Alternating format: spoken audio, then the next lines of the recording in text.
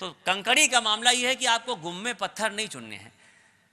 کنکڑی کا معاملہ یہ ہے کہ آپ کو چنے کے دانے کے برابر کی یہ کنکڑیاں جو ہیں یہ چننی ہیں. کیونکہ جب جمرات پہ آدمی پہنچتا ہے، شیطان کو کنکڑی مارنے کا معاملہ ہوتا ہے، تو کچھ دیر کے لیے ایسا لگتا ہے کہ جیسے شیطان اپنوں میں سے کسی کے بیچ میں آیا ہے. ایسی جگہ پر آپ کیسے بے حیائی میں جا سکتے ہیں؟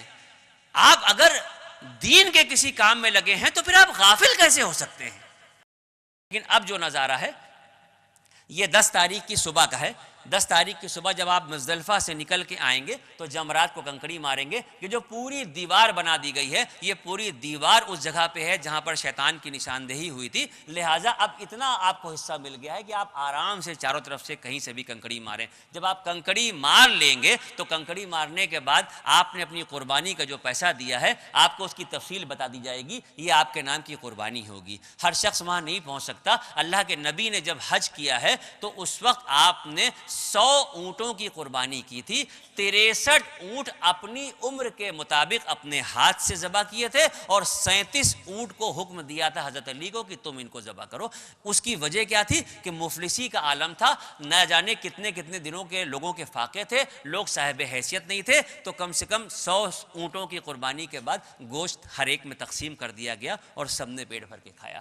جب آپ کے نام کی قربانی کا وقت ہو جائے گا، قربانی کے بعد آپ کو پھر سے بال کٹوانے ہیں. اور یہاں پہ بھی وہ حرکت نہیں ہونی چاہیے کہ 4 آدمی ایک دوسرے کے قینچی سے بال کتر دیں. پورے سر کے بال کٹنا لازم ہے. جب آپ بال کٹوا لیں گے، اب سب سے اہم لمحہ آیا ہے. یہ تصویر میں نے جان بوجھ کے اس طرح کی ڈالی، ورنہ حرم شریف کی جب کوئی تصویر کی بات آتی ہے تو خانہ کعبہ کی وہ تصویر ڈالی جاتی ہے کہ جس میں کلوز اپ میں ہو.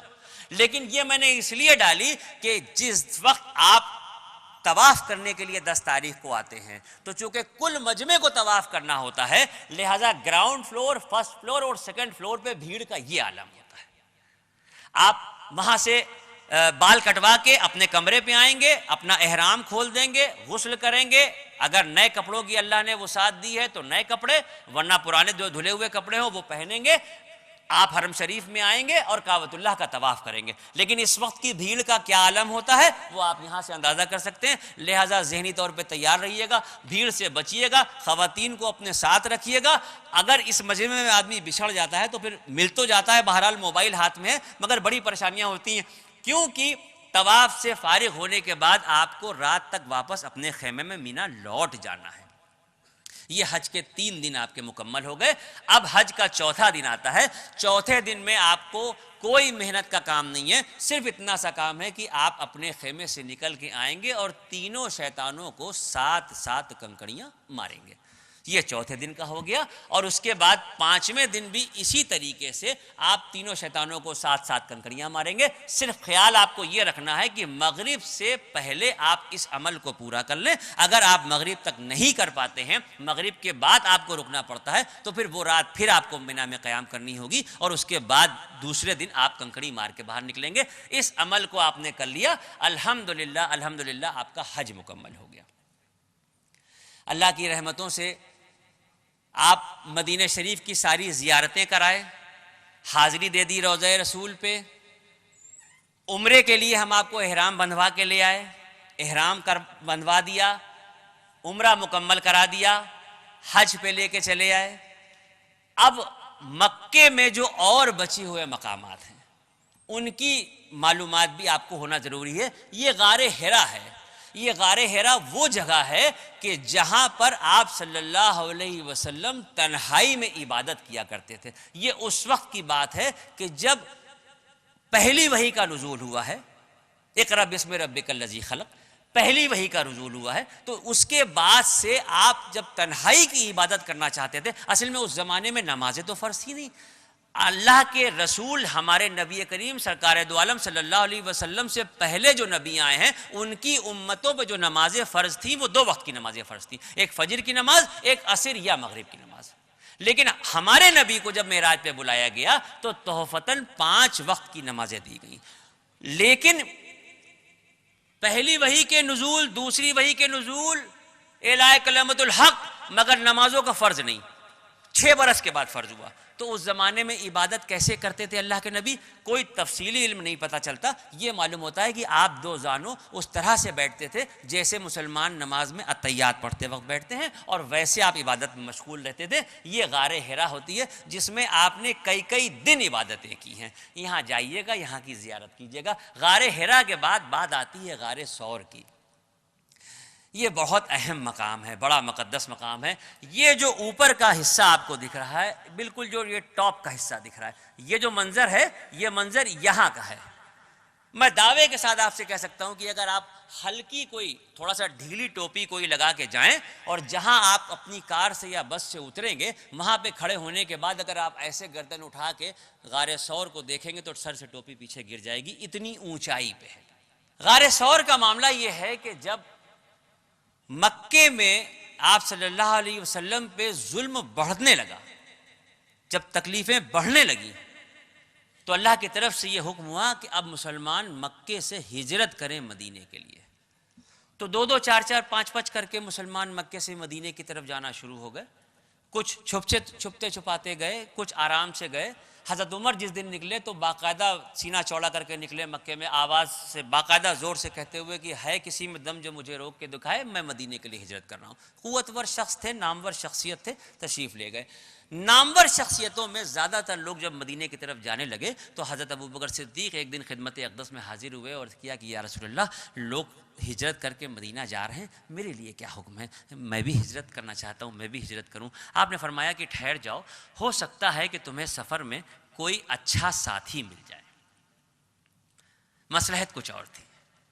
آپ نے فرمایا کہ ٹھہر جاؤ، ہو سکتا ہے تمہیں کوئی اچھا ساتھی مل جائے۔ آہستہ آہستہ لوگوں نے ہجرت کرنا شروع کی، اور اس کے بعد ایک وقت ایسا آیا کہ جب مشرکین مکہ نے یہ پلان کیا، قرآن میں اس کا ذکر ہے، 3 باتیں اس وقت اس میٹنگ میں جو ابو جہل، ابو سفیان اور یہ امیہ وغیرہ وغیرہ جتنے بھی مشرکین مکہ کے الگ الگ قبیلوں کے سردار تھے، یہ سب ایک ساتھ بیٹھے۔ تو وہاں جب میٹنگ چلی تو اس میٹنگ کا ذکر قرآن میں ہے کہ پہلی بات تو یہ کی گئی کہ اللہ کے نبی کو کہیں پر قید کر دیا جائے، مگر پھر یہ ہوا کہ اگر قید کریں گے تو مسلمان بھڑک اٹھیں گے۔ پھر یہ ہوا کہ آپ کو ہتھکڑیوں میں جکڑ کے کسی جگہ دوسری جگہ بھیج دیا جائے، اس تجویز کو بھی نہیں پسند کیا گیا۔ پھر یہ طے کیا گیا کہ ہر قبیلے سے ایک نوجوان کو لیا جائے، 16 یا 17 قبیلے کے لوگ ہوں گے، اور وہ سب رات کے اندھیرے میں اللہ کے رسول کے گھر کو گھیر لیں گے، اور صبح تاروں کی چھاؤں میں جب اللہ کے نبی حرم کعبہ کی طرف جاتے ہیں تو خدا نخواستہ خاتم بدن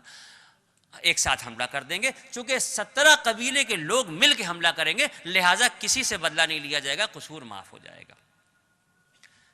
اس بات کو اللہ رب العزت نے اللہ کے محبوب کے دل پہ القاء کر دیا، اور رات کے اندھیرے میں جب چاروں طرف سے لوگوں نے آپ کے گھر کو گھیر لیا، آپ وہ منظر سوچئے، محسوس کیجئے، تو آپ کو دکھے گا کہ اللہ کے نبی کے گھر کو چاروں طرف سے 16 یا 17 جانبازوں نے، جن کے ہاتھ میں اعلیٰ قسم کے ہتھیار تھے، گھر کو گھیر لیا کہ جیسے ہی یہ اپنے دروازے سے باہر نکلیں گے حرم کعبہ میں جانے کے لیے، ہم سب ایک ساتھ مل کے ان پہ حملہ کریں گے۔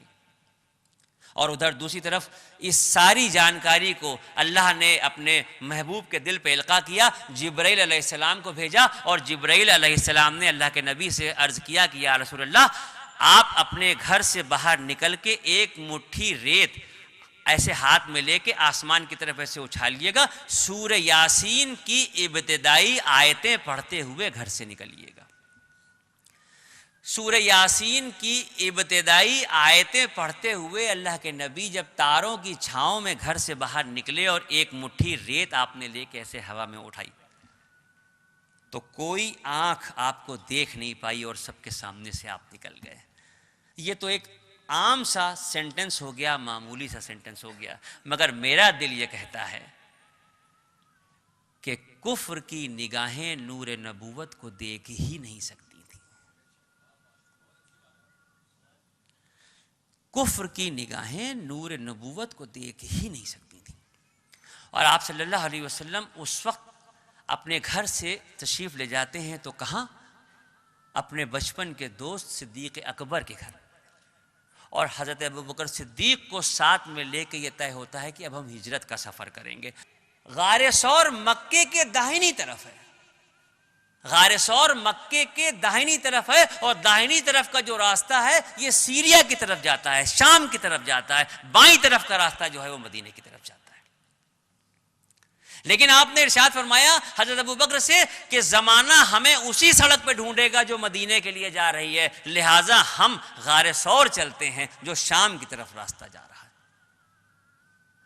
اور اس غار ثور میں 3 دن کا قیام ہوا۔ لیکن قیام کیسے ہوا؟ قرآن شریف میں ایک بڑا اچھا لفظ آیا ہے، بڑی بلاغت کے ساتھ آیا ہے، ثانی اثنین۔ ثانی اثنین کے معنی ہیں دو میں سے دوسرے۔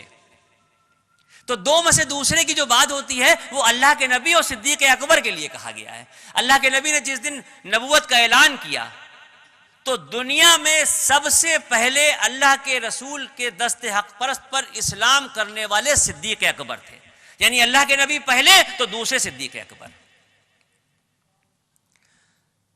ہجرت کا سفر ہوا تو تمام کے تمام صحابہ اکرام چلے گئے، اللہ کے نبی پہلے تو ساتھ میں آپ کے صدیق اکبر۔ اللہ کے نبی نے دنیا سے پردہ فرمایا تو پہلے اللہ کے نبی تو دوسرا خلیفہ کون؟ صدیق اکبر۔ تو دو میں سے دوسرے، ثانی اثنین۔ لیکن ایک موقع ایسا تھا جہاں صدیق اکبر دو میں سے دوسرے کے بجائے دو میں سے پہلے ہیں اور اللہ کے نبی دوسرے ہیں۔ یہ موقع کیا تھا کہ جب غار ثور کے پاس پہنچتے ہیں تو راستے میں جب اللہ کے نبی چل رہے ہوتے ہیں تو صدیق اکبر کبھی آگے ہو جاتے ہیں، کبھی پیچھے ہو جاتے ہیں، کبھی دائیں ہوتے ہیں، کبھی بائیں ہوتے ہیں۔ اللہ کے نبی فرماتے ہیں کہ کیا معاملہ ہے، تم کبھی آگے ہوتے ہو، کبھی پیچھے ہوتے ہو، کبھی دائیں کبھی بائیں، کیا ماجرا کیا ہے؟ سیدھی طرح سے کیوں نہیں چلتے؟ عرض کرتے ہیں کہ یا رسول اللہ جب دل میں یہ خوف ہوتا ہے کہ دشمن بائیں طرف سے نہ آ جائے تو میں بائیں طرف آ جاتا ہوں، جب خوف ہوتا ہے کہ دائیں طرف سے نہ آئے تو میں دائیں طرف آ جاتا ہوں۔ یا رسول اللہ بس میں چاہتا ہوں کہ دشمن کا کوئی بھی حملہ ہو تو مجھ پہ نشانہ بنے، آپ کو کوئی تکلیف نہ پہنچے۔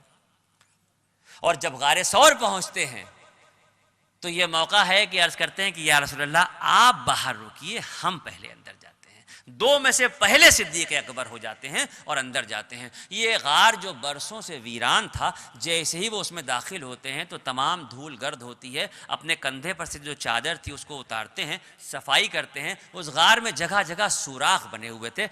یہ خوف ہوتا ہے کہ یہاں نہ جانے کون سانپ ہو، بچھو ہو، کیا چیز ہو، اللہ کے رسول کو تکلیف نہ پہنچائے، تو چادر کے کونے پھاڑ پھاڑ کے جتنے بھی سوراخ تھے ان کو بھرنا شروع کرتے ہیں۔ اور جب مطمئن ہو جاتے ہیں کہ ہم نے سارے سوراخ بھر دیے تب اندر سے آواز دیتے ہیں کہ یا رسول اللہ اب آپ تشریف لائیں۔ اللہ کے نبی جب اندر تشریف لاتے ہیں تو اللہ کے نبی کئی راتوں کے جگے ہوئے تھے، تھکے ہوئے تھے، پاؤں چھلنی تھے، زخمی تھے، بہت تکلیف تھی۔ اب اس جگہ پر آنے کے بعد کچھ دیر جب سکون کا احساس ہوا تو آپ اندازہ کیجئے، دیکھیے، آپ کو یہاں سے بیٹھے بیٹھے دکھے گا، محسوس ہوگا کہ صدیق اکبر کی کیا شان ہے کہ پلتھی مار کے وہ بیٹھے ہوئے ہیں اور ان کے گھٹنے پہ اللہ کے نبی سر رکھ کے آرام فرما رہے ہیں۔ اگر آپ کے گھٹنے پہ کوئی شخص سر رکھ کے لیٹے گا تو آپ کے چہرے سے اس کے چہرے کا فاصلہ مشکل سے مشکل 1 یا سوا فٹ کا ہوگا۔ اتنے قریب سے دیکھنے کا موقع تو صرف ام المومنین کو ملتا تھا، لیکن یہ عظمت تھی، یہ شان تھی صدیق اکبر کی کہ اپنے گھٹنے پہ سر رکھ کے کہتے ہیں کہ آرام فرمائیے۔ اور جیسے ہی اللہ کے نبی گھٹنے پہ سر رکھتے ہیں تو اتنی تھکان تھی کہ فوراً نیند آ جاتی ہے، اور نیند کے عالم میں صدیق اکبر کے کانوں میں ہس ہس کی ایک آواز آتی ہے۔ جب اس آواز پہ کان لگاتے ہیں تو نگاہ پڑتی کہ برابر میں جو سوراخ کھلا رہ گیا تھا اس کے اندر سے ایک 2 شاخہ زبان، ایک سانپ کی 2 شاخہ زبان لہراتی ہوئی باہر کی طرف دکھ رہی ہے۔ ایک طرف تو اللہ کے نبی گہری نیند میں سو رہے ہیں، دوسرے آپ کے پاس کوئی کپڑا بھی نہیں ہے، تو دھیرے سے ایک پیر کو پلتھی سے نکالتے ہیں اور پیر کو بڑھانے کے بعد پیر کا انگوٹھا اس سوراخ کے اندر ڈال دیتے ہیں۔ سانپ جس کا کام کاٹنا ہے وہ پوری طریقے سے ڈس لیتا ہے، زہر اگل دیتا ہے اس مقام پہ جو انگوٹھا اندر گیا تھا۔ جسم پہ زہر کا اثر ہونا شروع ہوتا ہے۔ جب زہر کا اثر شروع ہوتا ہے، خون سخت ہونے لگتا ہے تو صدیق اکبر کے چہرے پہ پسینہ ابھر آتا ہے، اور پسینے کے عالم میں پسینے کی ایک بوند جب چہرے سے گرتی ہے تو آپ صلی اللہ علیہ وسلم کے چہرے مبارک پہ وہ بوند گرتی ہے، اور اس بوند کے گرتے ہی آپ کی آنکھ کھلتی ہے اور دیکھتے ہیں تو پوچھتے ہیں کہ صدیق کیا معاملہ ہے؟ عرض کرتے ہیں کہ یا رسول اللہ اس طرح سے ہوا۔